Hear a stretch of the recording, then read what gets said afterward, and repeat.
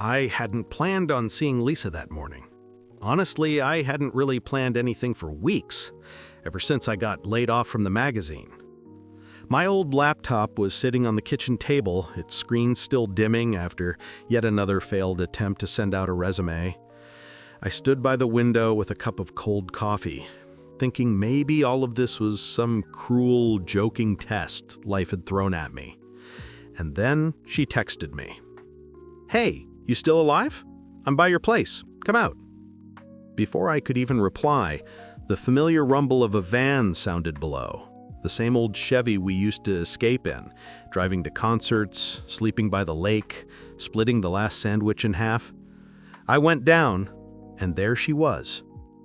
Lisa was leaning against the van's door in a worn denim jacket, her hair messy, eyes hiding exhaustion, and something else.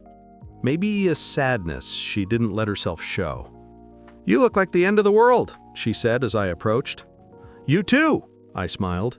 "Great, so we're on the same wavelength. Hop in."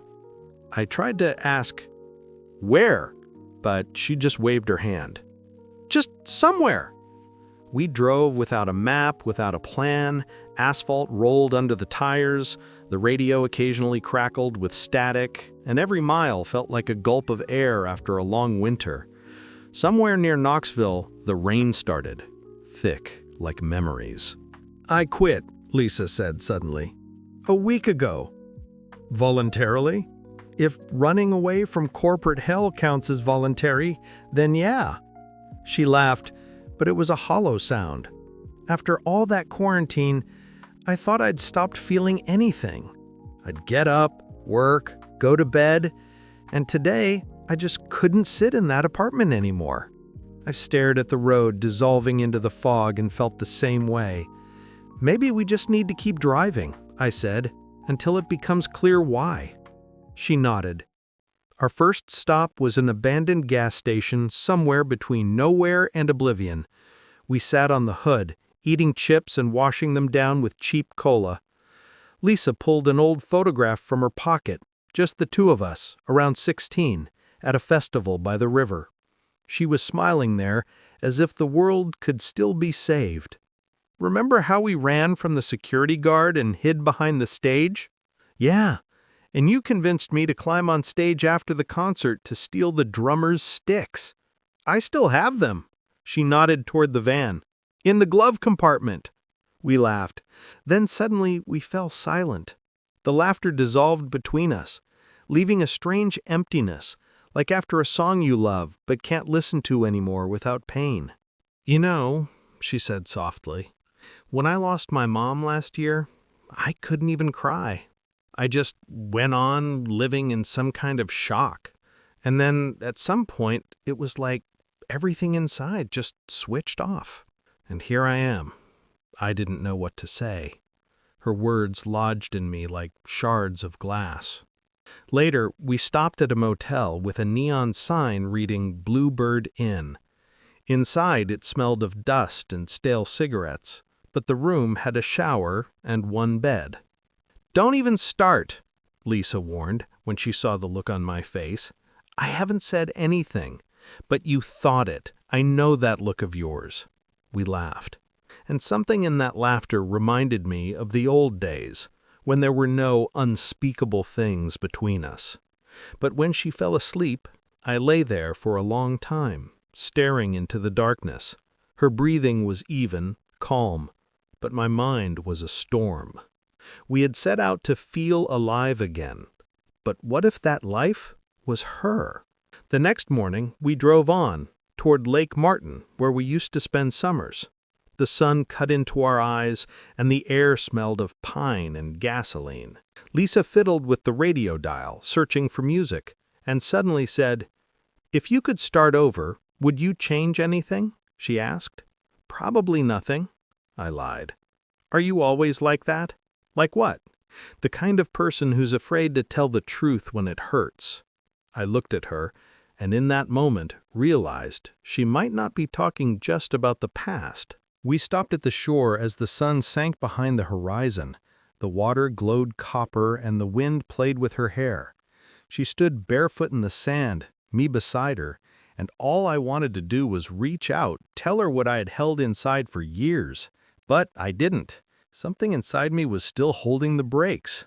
And when she turned to me, smiling, "So, where to next?" "I don't know. Maybe just forward."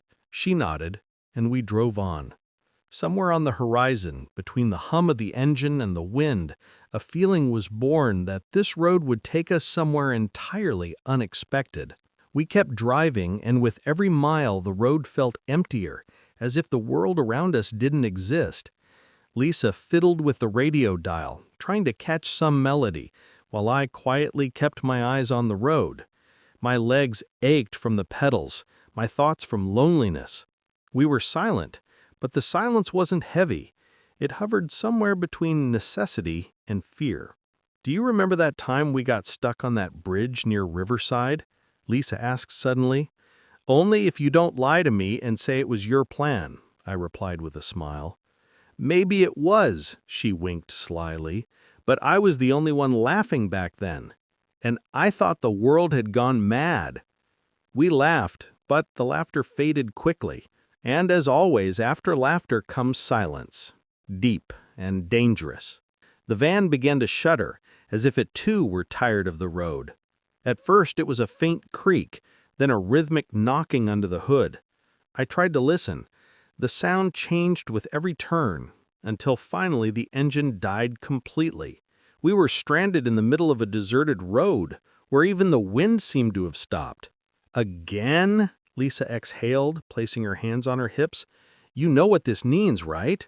That we have to fix our lives on the go again," I replied. We popped the hood and I started tinkering with the engine, even though I knew we'd need a mechanic. Lisa sat beside me, twisting her hair around her fingers and watching. She always had that look, attentive and piercing at the same time, the kind that makes you feel like your thoughts aren't hidden from the world. "Have you ever thought that maybe we're just running from ourselves?" she said quietly, out of nowhere. "From ourselves?" I raised my eyebrows in surprise. "From what really matters," she said. "Friendship, relationships. We're just on the road to avoid facing it." I went silent.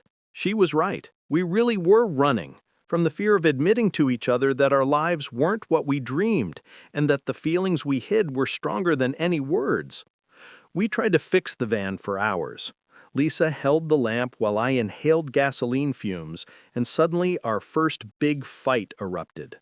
"You always act like you know everything," she shouted, her voice trembling with frustration. "And you never believed I could help?" I snapped. "Help? You don't even know how to listen." Her eyes glistened with tears. We stormed off, each of us on our side of the road. The wind carried our shouts, but they were quickly swallowed up. I sat on the roadside, face to the ground, realizing how much I missed Lisa, even when we fought. She returned an hour later, without a word. We climbed back into the van in silence and drove on. And it was that silence, filled with unspoken words, that was louder than any shouting. Our next stop was a small town by the lake, where we used to spend summers. Lisa suggested going to the old pier. The sun was already sinking below the horizon, and the water shimmered with gold and copper. We stood side by side, trying to find a balance between past and present. "I don't know where I'm going next," Lisa said, gazing at the water, "and honestly, it scares me." "Me too." I looked at her and realized I could no longer keep quiet. "It feels like our whole lives we've been afraid of one thing, telling each other the truth." She turned to me, her eyes sparkling in the sunset. "And what are you going to say?" I took a deep breath, my heart pounding so hard it felt like the whole world could hear it. "I've always been afraid I'd ruin our friendship because I love you." Lisa went quiet.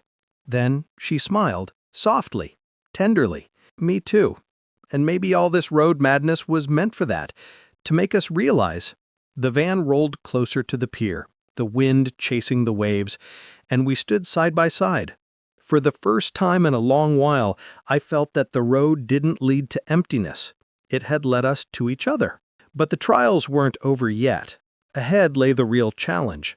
The van had broken down completely, and we had to decide whether to continue the journey together and what together even meant in our new lives. The van wouldn't start. At all. I turned the key several times, and the engine only answered with a dull cough. Lisa sat beside me, pressing her head to the window, staring at the road that disappeared into the twilight. "Well, now we're really stuck," she said softly. "Yeah," I sighed. "And it seems it's not just the van." We stepped outside, our feet sinking into the sand, and I noticed how the light breeze played with her hair. We stood there in silence, watching the lake. And then she said, "You know, I thought this trip was about running away, but really it's about us." I nodded. The realization hit me like a heavy stone. We weren't running from work or uncertainty, we were running from ourselves, from what we felt for each other. "I'm scared," I finally admitted. "Not as scared as I would be without you, but scared."